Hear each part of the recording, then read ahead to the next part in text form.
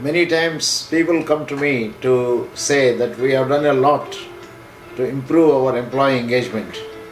We have conducted a variety of surveys: Gallup survey, Great Place to Work survey, employee engagement survey, employee commitment survey, but the damn engagement seems to be where it was. It's not improving. My answer to all of you is this: you are looking at the wrong side of employee engagement surveys. If I am not engaged in my work, if I don't feel great about the place where I am working, who is responsible for it? Most often, employee engagement surveys take the responsibility on the organization.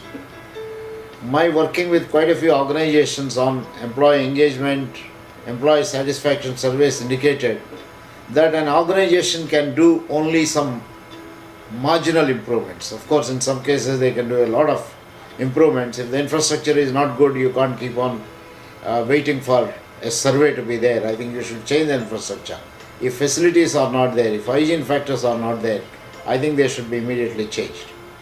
But if the supervisory style is not proper, that is where I think it becomes a little complicated, because different people prefer different styles of supervision. Some like more direction, some others do not like any interference at all, some other would like constantly to be guided and told and so on. And again, the same person who prefers a particular style may keep changing his or her preferences over a period of time. So employee engagement is a complex affair. We should pass on the responsibility of engaging oneself to also to the employee, rather than take upon the organization itself the responsibility of getting everyone engaged. You can never get all employees in a company engaged to the extent that you want unless you make people take charge of their own engagement. So I have a simple suggestion. Next time when you conduct an employee engagement survey or Great Place to Work survey or a Gallup survey, ask your employees to keep a copy of the responses they are giving on the survey. Most of the surveys are anonymous, so you have no way of identifying who has given the responses on a survey. But the employee should keep a copy of his or her own survey. And when the survey results are out, normally the survey gives an overall satisfaction engagement figure. And you also give figures about how do you compare with the rest of the companies, benchmark with yourself with people outside. I would suggest it's more important for your employees to benchmark themselves with each other. Not only with each other, benchmark themselves with what is ideal. For example, if my engagement survey indicates that I am only engaged 40%, I should be worried more about it, because I may be taking my frustration, that 60% of dissatisfaction that I have with my workplace, to my family in the evening, and my family may be having a miserable time. I may not be doing my job well because I carry this frustration from organization to the family. You can't carry frustration from family to the organization, because organizations have excellent mechanisms. Unfortunately, families have invitational mechanisms.